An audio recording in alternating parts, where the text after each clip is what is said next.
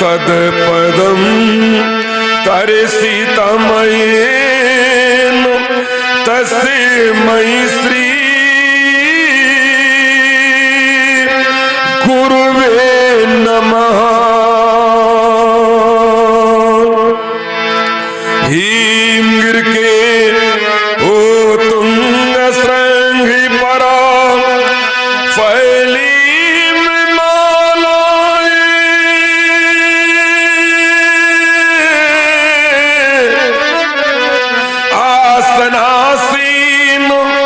पद्मासन में जा निकली बहु फटिक सिलाए, ये पिंगल वर्ण जटाओं से आच्छादित सुरसरी धारा और भाल बीच पड़ता हो शशि, लगता हो मन हरू प्यारा ये फुम फुम, अरे फुम फुम फुम फुम कार रही हो, ये फुम फुम फुम फुम कार रही हो, ये गल सर्पों की माला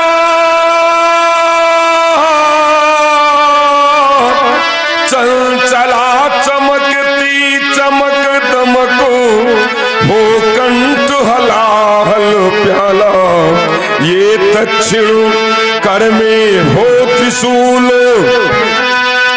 ये दक्षिण कर में हो त्रिशूल और ढकवा करता हो डम डम डम,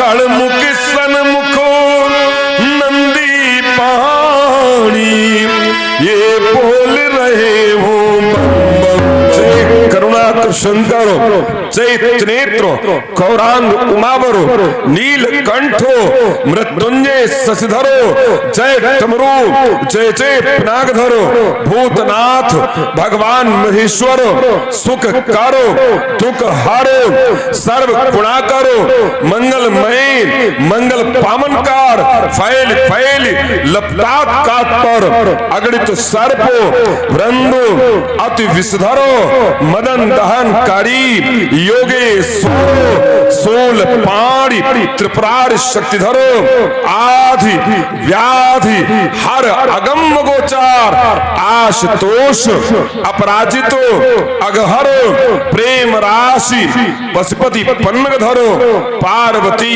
पत शिवो हरो हरो हरिओम। अरे कहाँ चली कहाँ चली, ये कहाँ चली कहाँ चली, ये पर्वतों की शांति तू कहाँ चली कहाँ चली, क्यों गगन की गोद में, अरे क्यों गगन की गोद में कराहने लगी खटा, सो गई कफन लपेट, अरे सो गई कफन लपेट, क्यों अभी अभी छटा, ये स्वप्न का सतीत्व कौन, ये स्वप्न का सतीत्व कौन लूट कर चला गया, क्यों बहार क्रांति के लिए रही है छटपटा, ये क्यों बहार क्रांति के लिए रही है छटपटा, ज्ञान में न ध्यान है, ये ध्यान में न ज्ञान है, ये ज्ञान आदि सृष्टि का बदल गया विधान है, बदल गया विधान है, फूल बन नहीं खिली,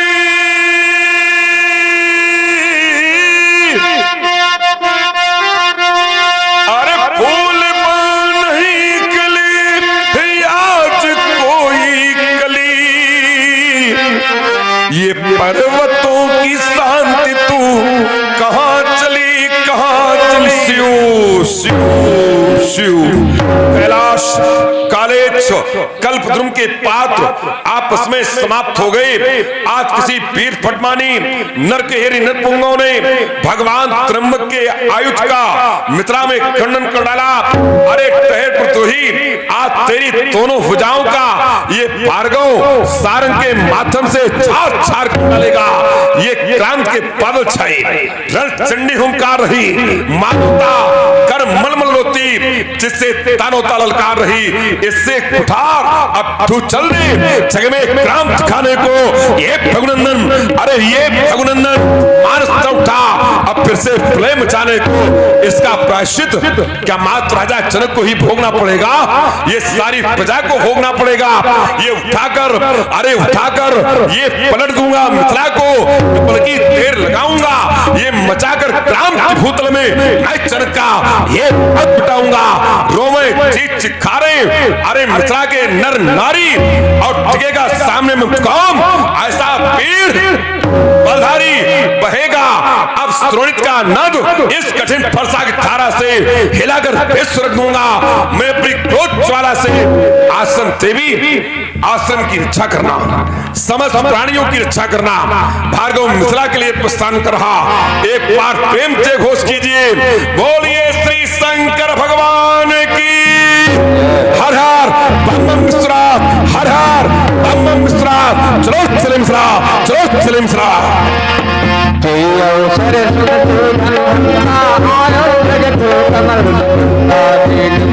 सकल सुताने बाजित पट धनु लवा लुकाने तीस जटा संकलन सुहावा निष्पत कथुक अरुण हुई आवा सारदेत करनी कठिन करनी जाई स्वरूप हरि मुनि कल जन वीर रस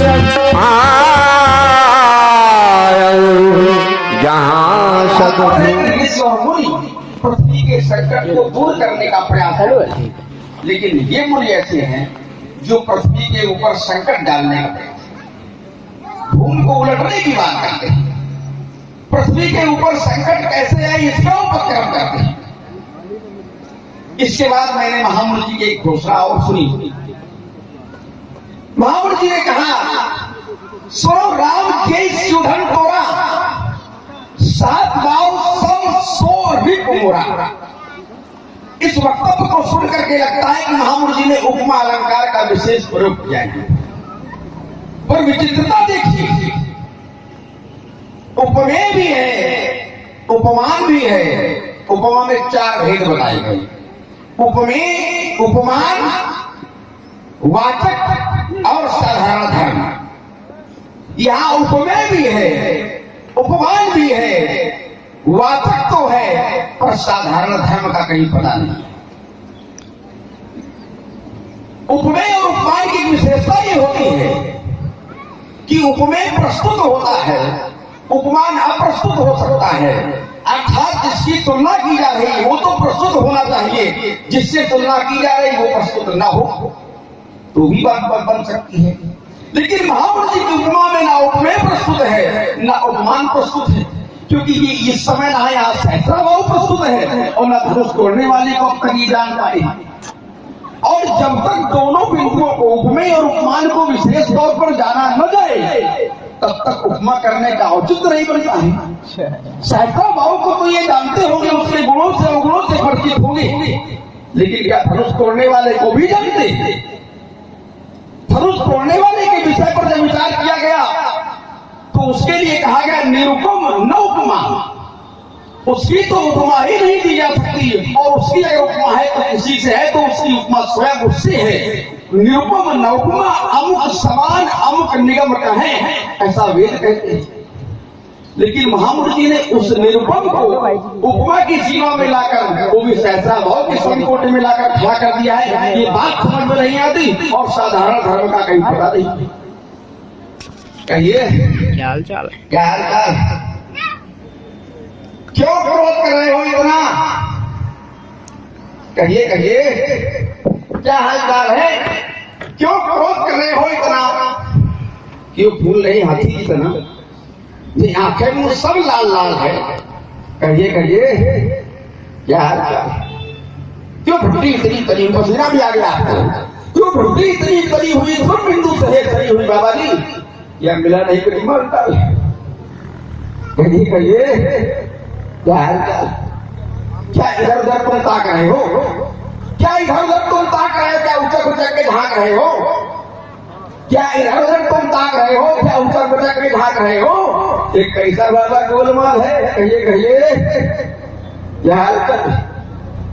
और जब से देखा है मुझको तुम भूल गए लगता खुद को, जवाब से बड़ी तेज चाल थी, अब देख ले। और जब से देखा है मुझको तुम भूल गए लगता खुद को, ये चेहरे का रंग उड़ा उड़ा और बदल गई सब चाल ढाल है। कहिए यार रणभीरी के पे सुनेगा, या तो शहनाई बज रही थी, धान फलक शंख शहनाई, फिर ढोल दुभी सुहाई, महामुर जी आगे बंद हो गया सब।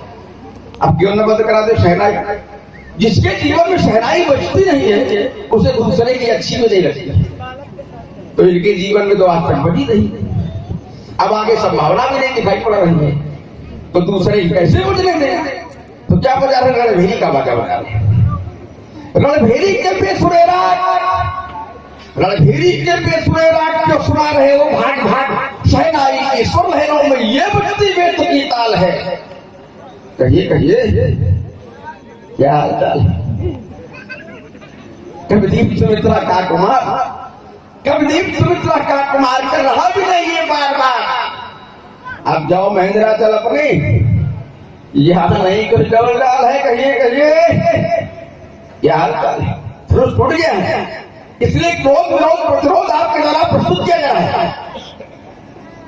महामुनि जी, आज अगर इस एक धनुष को तोड़ने वाला आपका सैदभाव के संकोटि का शत्रु है, तो इसका अर्थ है कि धनुष तोड़ने वाले आपके शत्रु होंगे।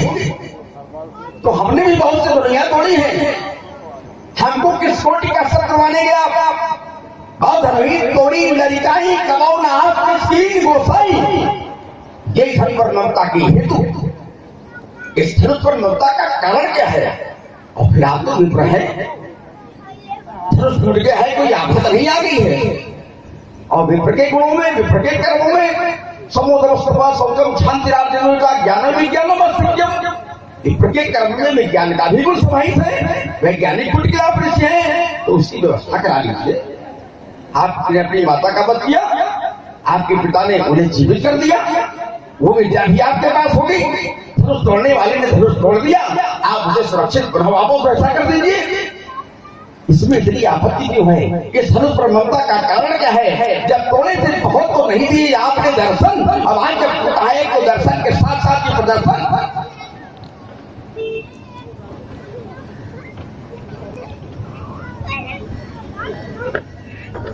सागर में सब मोती ही नहीं, कुछ घोंघे भी होते हैं। सब राजकुमार विद्वान नहीं, कुछ इनके जैसे पोंगे भी। वाह। 37-38 प्रश्न तुमने हमसे किए। एक गीत पढ़ा था, कहिए क्या हाल चाल है। 7 बार तुमने इसमें हमसे ये पूछा। ये आपके वक्तव्य के श्रृंखला की प्रथम कड़ी जहां से आरंभ हुई थी, मैं अपने वक्तव्य के श्रृंखला की कड़ी का शुभारंभ वहीं से करता हूं। एक महोदय ने चौपाई पढ़ी थी, कामी सन क्रोधी, क्रोधी सन कामी हरकता, और ऊसर बीज बे फल चथा। ऊसर में बीज नहीं जमता, क्यों? ऊसर में बीज क्यों नहीं जमता? इसकी उर्वरा शक्ति का ह्रास किसने किया? या तो उनके नाम में मंगल है और या तो उनकी कथा में मंगल है।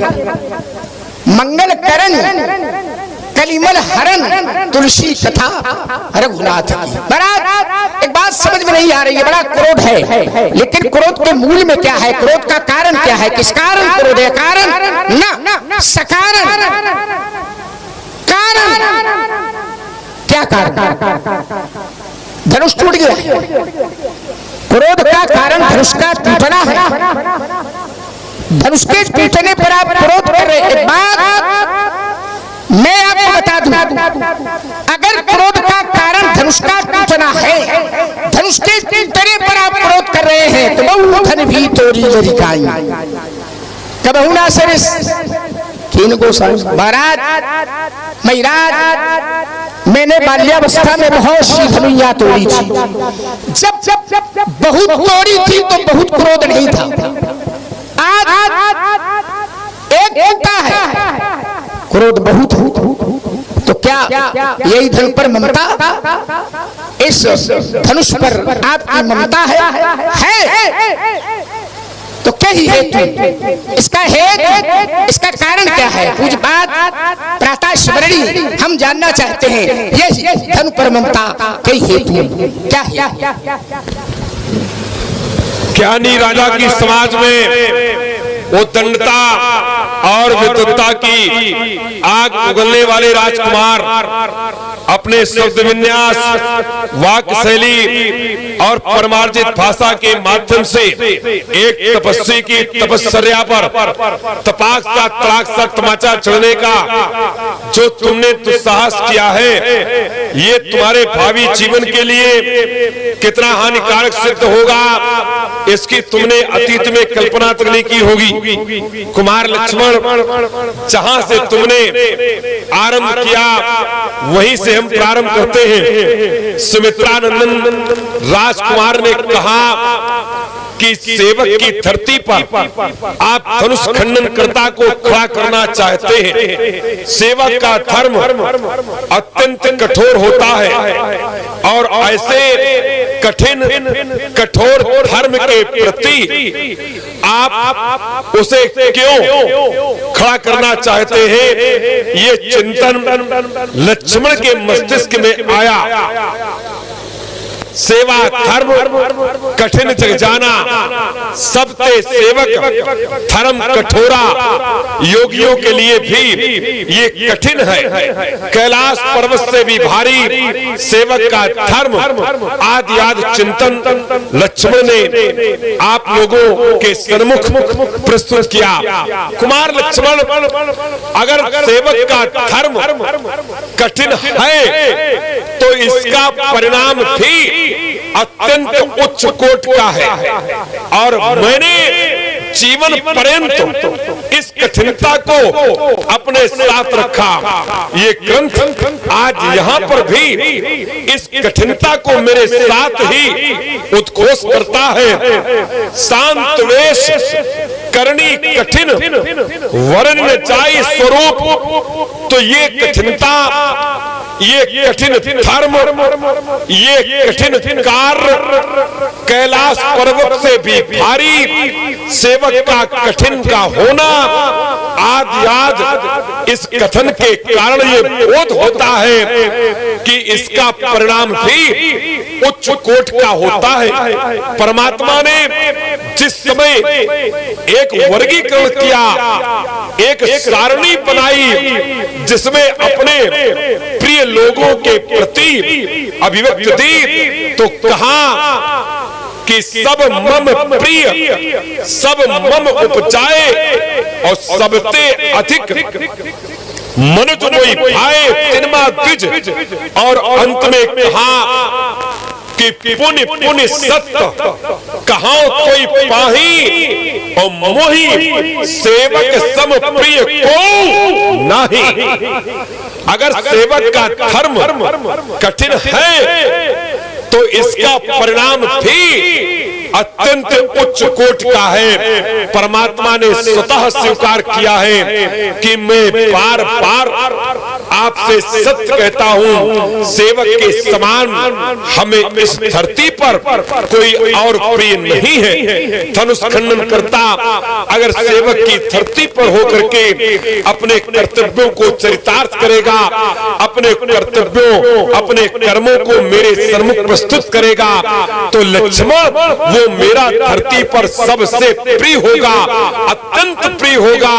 ये हम नहीं, ये परमात्मा के द्वारा जो वर्गीकरण किया गया है उससे स्वतः प्रमाणित होता है। कुमार लक्ष्मण गंभीरतम चिंतन के उपरांत एक बात यह भी निकल करके आती है कि धर्म और परम धर्म, सेवक का धर्म आपने परिभाषित किया, एक बड़ा ही इस धर्म से ऊपर का धर्म है जिसे हम परम धर्म कह सकते हैं, अत्यंत सरल है। स्वामी आज्ञा दे, सेवक उसका क्रियान्वयन करे, ये परम धर्म है।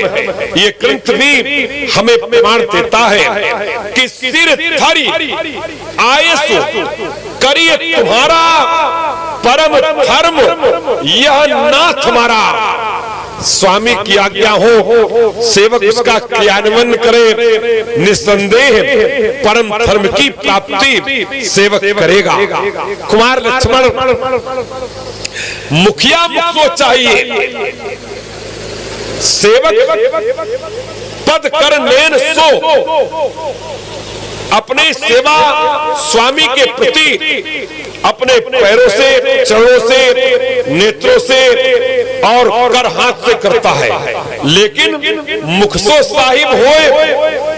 मुखिया कैसा होना चाहिए? जैसे मुख होता है, स्वयं तो भोजन को ग्रहण करता है लेकिन समस्त अंगों को उसके विकास के हितार्थ समर्पित करता है। ध्यान आया, हर्षत परसत लोग सब और करसत लखन कोय, तुलसी प्रजा सुभागते धूप भानु सम होए। मुखिया कैसा होना चाहिए?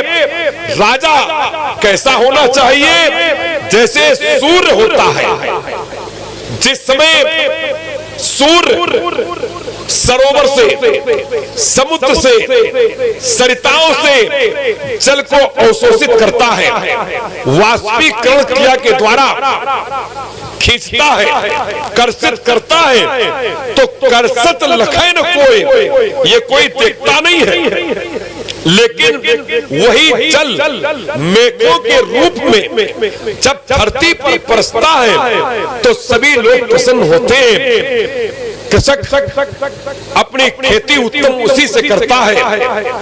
जल नमस्कार, आप हैं कानपुर शैली की रामलीला की ख्याति प्राप्त परशुराम अभिनेता पंडित जितेंद्र पांडे। पंडित जितेंद्र पांडे ने अध्ययन और अभिनय कौशल के बल पर कानपुर रामलीला जगत में अपना एक विशिष्ट स्थान बनाया है। पांडे जी मूल रूप से जनपद कानपुर देहात में किसान नगर के निकट ग्राम रायपुर कुकहट के निवासी हैं और अपना वर्तमान आवास कानपुर शहर के बर्रा विश्व बैंक में बनाए हुए हैं।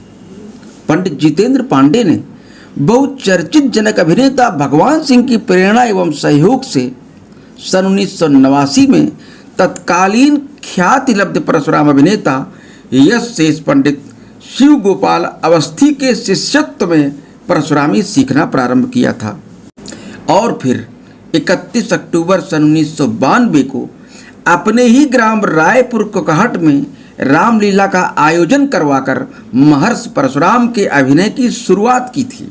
सन 1993 से प्रारंभ हुई परशुराम अभिनय की यात्रा सफलता के नित्य नए कीर्तिमान स्थापित करते हुए अब तक निरंतर चल रही है।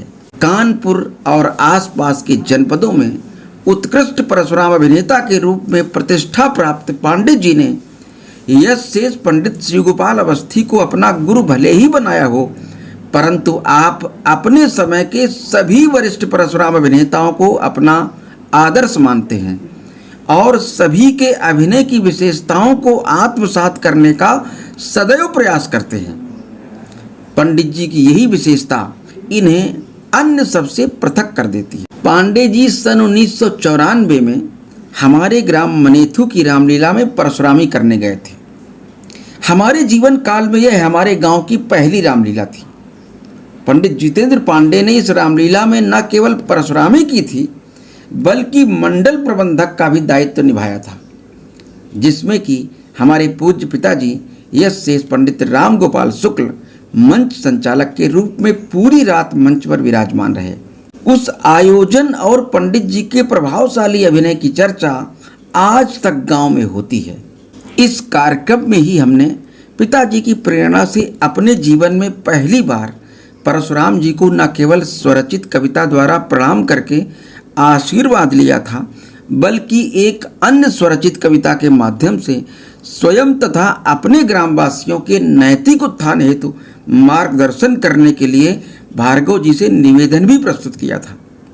इस परिप्रेक्ष्य में पंडित जी ने अपने ज्ञान के आलोक से हमारा तथा हमारे ग्रामवासियों के नैतिक उत्थान हेतु जो मार्गदर्शन प्रस्तुत किया, उसकी भूरि भूरि प्रशंसा हुई थी और वह मार्गदर्शन आज भी हमारे जीवन का संबल बना हुआ है। इस कार्यक्रम के बाद ही अंताकरण में दबी रामलीला में अभिनय करने की इच्छा बलवती हुई, जिसने मुझे अंततः लक्ष्मण अभिनेता बना दिया। तदुपरांत सन 1996 में कानपुर शहर के बर्रा 5 में मुझे पांडे जी के साथ प्रथम बार अभिनय करने का सुअवसर प्राप्त हुआ। उसके बाद ऐसे अनेक अवसर निरंतर मिलते रहे। हर बार का अनुभव अलग तथा अति रोचक रहा। प्रारंभिक दौर में आपसे अनगिनत बार मुझे अभिनय संबंधी मार्गदर्शन भी प्राप्त हुआ। आगामी 24 फरवरी 2024 को जनपद फतेहपुर के ग्राम मोहार में अंतिम बार परशुरामी करके पांडे जी ने अभिनय से संन्यास लेने की घोषणा की है। इससे उनके चाहने वालों का निराश होना स्वाभाविक है। पंडित जी को अभी कम से कम 5 वर्ष और अभिनय करना चाहिए। प्रस्तुत है पंडित जितेंद्र पांडे से उनकी अभिनय यात्रा तथा रामलीला के विभिन्न संदर्भों पर 13 अगस्त 2018 को हुई विस्तृत बातचीत। मुझे जितेंद्र पांडे के नाम से जानते हो जी। मूल निवास? हमारा अपना मूल निवास कानपुर देहात में रिंद नदी के तट पर स्थित ग्राम रायपुर कुकाहट जी। इसके बीच परिप्रेक्ष्य में भी एक लघु कथा है। जी जी जी, हम सुनना चाहेंगे। हमारे पूज्य बाबा श्री हमारे ग्राम के जमींदार थे जी। और उस समय किसी एक अंग्रेज व्यक्ति ने आकर के, जो कि हमारा ग्राम राष्ट्रीय राजमार्ग संख्या 2 के सन्निकट पड़ता है जी, तो उस समय भी वहाँ पर जो है गाड़ियाँ निकलती थी कलकत्ता से दिल्ली रूट पर जी स्थित है ये ग्राम जी। तो कोई अंग्रेज व्यक्ति था, वो जा रहा था, उसने अपनी अंग्रेजी भाषा में ग्रामीण लोगों से कुछ पूछना चाहा, वो बताने में असमर्थ रहे, तो उसको लगा कि ये लोग कुछ जानते नहीं, तो वो एक शब्द का उसने प्रयोग किया कि खोखट। तो ये रायपुर खोखट के नाम से जाना जाता था। फिर बाबा हमारे जमींदार थे स्वयं आदरणीय श्री ललन कुमार जी पांडे, उन्होंने फिर उसको सुधार करते हुए कुकाहट किया। ना हाँ, रायपुर और कुकाहट पड़ा, तहसील अकबरपुर, जनपद कानपुर देहात में आता है। वही हमारी जन्मभूमि है और वहीं के हमने निवासी पांडे परिवार में।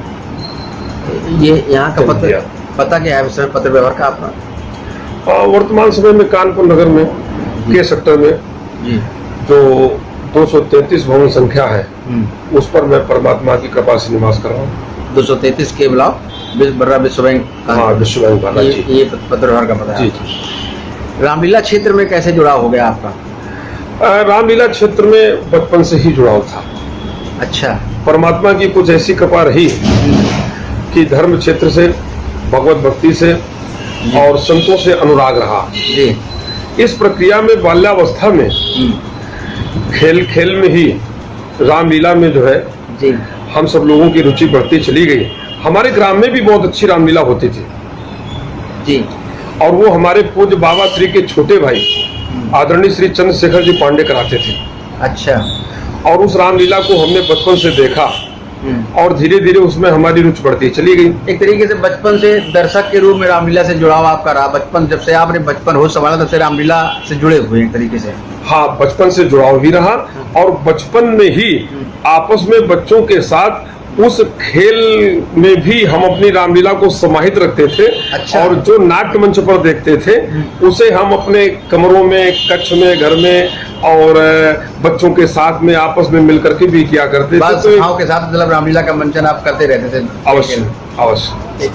इस तरह से वो रामलीला से जुड़ाव बना रहा। फिर अभिनय में के प्रति रुचि कैसे बढ़ी? अभिनय में कुछ ऐसा रहा कि हमारे एक समित्र से श्री डॉक्टर भगवान सिंह जी, तो वो जनक का अभिनय करते थे और जनक का अभिनय करने के कारण उनके साथ हम रामलीला को देखने के लिए जाया करते थे।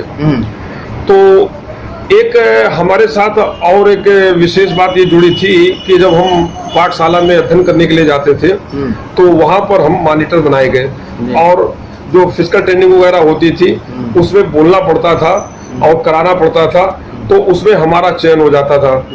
तो एक तरह से जो है संचालन का दायित्व भी हम निभाते थे। तो संचालन करते करते करते करते करते समाज में बोलने का एक अभ्यास सब हो गया। तो हम उनके कार्यक्रमों में जाते थे और पुरस्कार मिलता था तो उससे हम बोल देते थे। तो उससे जो है उनको ये लगा कि हम एक अभिनेता भी बन सकते हैं। अच्छा। तो उन्होंने हमें इसके लिए प्रेरित किया और मैं उनको हृदय से साधुवाद देता हूँ।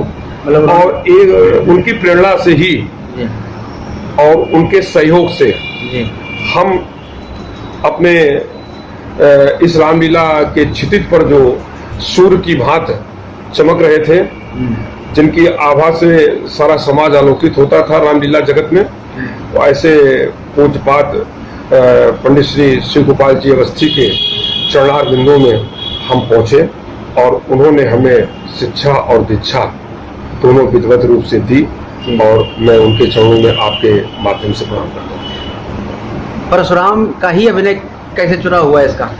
इसके लिए उन्होंने हमें जो प्रेरणा दी डॉक्टर भगवान सिंह जी ने, तो उनको ये लगा कि हमारे अंदर वो बात है जो हम रामलीला में इस प्रकार का अभिनय करने में सक्षम है।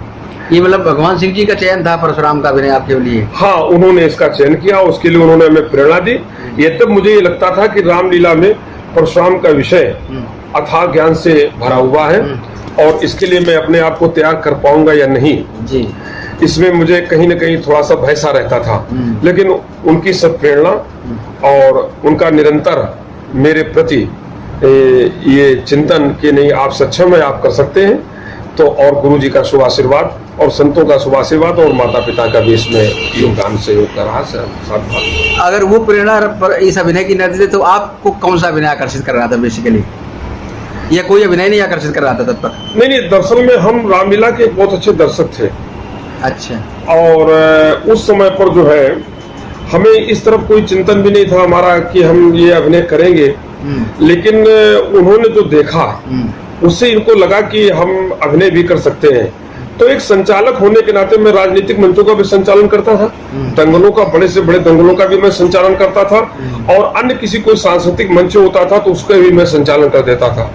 तो संचालन की इस प्रक्रिया में कहीं न कहीं उनको ऐसी प्रतिभा कहीं से दिखाई पड़ी होगी, तो जिसके कारण उन्होंने हमें प्रेरणा दी और इसके बाद में फिर हम भी पूरे अपना जो है तन मन से उस दिशा की ओर बढ़े और सबका सहयोग मिला, आगे बढ़ते हैं। शिव गोपाल जी से उन्हीं ने मिलवाया था आपको? हाँ हाँ जी, उन्हीं के सानिध्य में। जब आप बालपन में रामलीला का प्रदर्शन करते थे बच्चों के साथ, तब कौन सी भूमिका निभाते थे उस समय? हाँ, उस समय तो ये था कि चलो बच्चे हैं, चलो भाई आज जनक जी का अभिनय आपको करना है, तो हम कभी जनक भी बन जाते थे, कभी परशुराम भी बन जाते थे, कभी लक्ष्मण का भी अभिनय कर देते थे।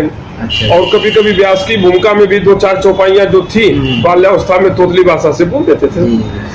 तो उस समय कोई ऐसी भावना नहीं थी कि हमें कोई एक अभिनय विशेष की ओर चिंतन करके उसका करना है। तो ये था कि प्रभु की लीला है और उसमें हम सब लोग अपना मनोरंजन करते थे। क्या तैयारी करनी पड़ी इस अभिनय को करने के लिए फिर आपको? शास्त्रों का अध्ययन करना पड़ा। शास्त्रों का अध्ययन और संतों का सत्संग करना पड़ा जी। और स्वाध्याय के साथ साथ जो है रामलीला में जो हमारे से भी वरिष्ठ परशुराम अभिनेता थे उनके मंचों को देख करके अंतःकरण में ये प्रेरणा जागृत होती थी क्या इससे भी अच्छा कोई उत्तर हो सकता है? अथवा जिस प्रसंग पर इन्होंने अपना वक्तव्य दिया, क्या इससे भी कुछ अच्छा वक्तव्य हो सकता है? इसके लिए चिंतन, मंथन और शोध, यही सब प्रयास अनवरत अहरनिश करने पड़ते थे। और चूंकि आपकी बातचीत से ऐसा लग रहा है कि रामलीला का जो कानपुर का जो क्षेत्र है, ये आसपास 4 से 10 जिलों में जो रामलीला होती है, यहाँ पर की रामलीला अभिनय की अपेक्षा अध्ययन प्रधान है। आप इसको कितना ठीक मानते हैं? देखिए, वैसे तो कला मंच है रामलीला। जी जी, भगवान श्री राम का चरित्र जी कानपुर जनपद एवं तटस्थ जनपद और उनसे भी सटे हुए जो जनपद हैं, उनकी परिधि में जो कानपुर की स्थापित रामलीला होती है, वो श्री रामचरितमानस के आधार पर होती है। और रामचरितमानस एक ऐसा ग्रंथ गोस्वामी तुलसीदास जी ने रचा है कि जिसकी महिमा अपरंपार है, जिसमें 4 वेद, 18 पुराण, 6 शास्त्र, इन सब का रस एवं अन्य धार्मिक मान्यता प्राप्त ग्रंथों का रस समाहित है। जी।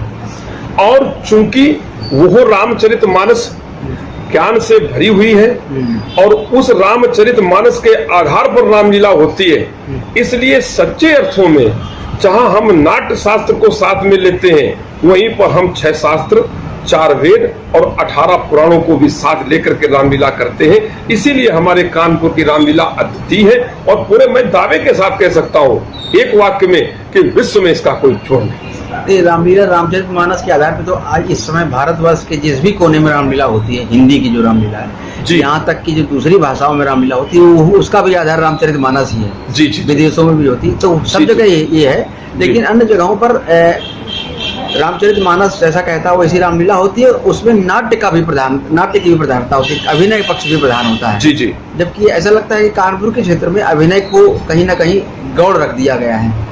इसको आप सहमत है इससे कि नहीं सहमत है? देखिए, हमारी जो रामचरितमानस है वो एक तरह से नित्य नव नूतन है।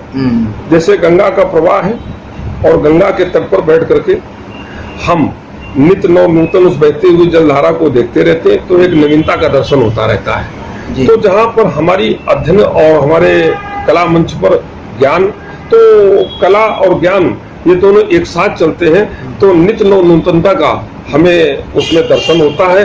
और यही कारण है कि हमारे इस कानपुर क्षेत्र में नाट्य मंच पर कभी नौटंकी, ड्रामा, इस प्रकार के भी कार्यक्रम अत्यधिक हुआ करते थे, लेकिन आज धीरे धीरे जो है समाज से लुप्त होते चले गए, क्योंकि वो नवीनता का दर्शन नहीं करा पाए। जी। और हमारी रामलीला नित्य नव नूतन है, नवीनता का दर्शन कराने में सक्षम है, इसलिए आज हमारी कानपुर की रामलीला अद्वितीय है। अन्य जनपद में या अन्य क्षेत्रों में या अन्य राज्यों में या राष्ट्रों में जहां भी रामलीला होती है, वो एक परंपरा के ढंग से केवल नाट्य मंच का आश्रय लेकर के ही होती है। उसका मूल आधार नाट्य ही होता है कि, और वो नाट्य जो होता है उसको कभी लोगों ने 2 महीने पहले देखा होता है, किसी ने 6 महीने, किसी ने 1 वर्ष पहले देखा होता है, तो उनको पहले से ये पता होता है कि ये होने वाला, ये होने वाला, ये होने वाला है।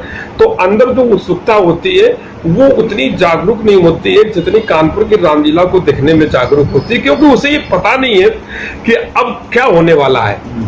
हमारा आधार तो रामचरितमानस है, उसमें कोई संदेह नहीं है, लेकिन उसमें जो नूतनता भरी हुई है, उसमें जो ज्ञान का भंडार भरा हुआ है, वो हमारी रामलीला को अद्वितीय बनाता है। कथानक तो नहीं बदलता है, क्या होने वाला ये तो पता होता है, लेकिन क्या कहने वाले हैं पात्र ये पता नहीं होता। यही तो अंतर है, हमें लगता है। देखिए, इस संदर्भ में हम एक आपको छोटा सा दृष्टांत देकर के अपनी बात कहना चाहेंगे कि एक डंडा होता है, उसमें एक झंडा होता है, और जब हवा चलती है तो कभी वो ध्वज जो झंडा होता है, कभी उत्तर, कभी दक्षिण, कभी पूर्व, कभी पश्चिम, चारों तरफ फैलता है, कभी कभी झंडे से लिपट भी जाता है, लेकिन वो फैलता चारों दिशाओं में है, लेकिन अपनी मूल जगह को कभी छोड़ता नहीं है। तो हमारी कानपुर की रामलीला चाहे ज्ञान की दिशा में जितना प्रवाह में आगे बढ़ जाए, किसी भी दिशा में पड़ जाए, लेकिन रामचरित आधार को, उस मूल को कभी छोड़ती नहीं। हम जो हमारी उत्सुकता थी बात को जानने की, जी जी, कि यह सीधे शब्दों में एक है कि एक प्रश्न बनता है कि रामलीला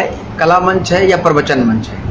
नहीं, प्रवचन इस परिप्रेक्ष्य में फिर आप क्या कहेंगे? नहीं, देखिए ऐसा है कि प्रवचन की दृष्टिकोण से जी, तो हम अपने सत्संगों को विशेष महत्व देते हैं, और चूंकि हमारे इस कला मंच में एक से एक मूर्धन्य पात्र होते हैं, जैसे राजा जनक, और राजा जनक ज्ञानियों में भी अपनी गणना कराते हैं, और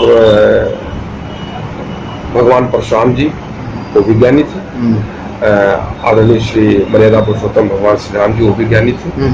तो अब जब ये सब इतने ज्ञानी महापुरुष होते हैं तो उनके मुख से वचन नहीं निकलते हैं, उनके मुख से निकला हुआ वचन ही प्रवचन बन जाता है। तो उस दृष्टिकोण से भी अगर हम देखें तो कहीं ना कहीं आपका कथ्य प्रमाणित होता है।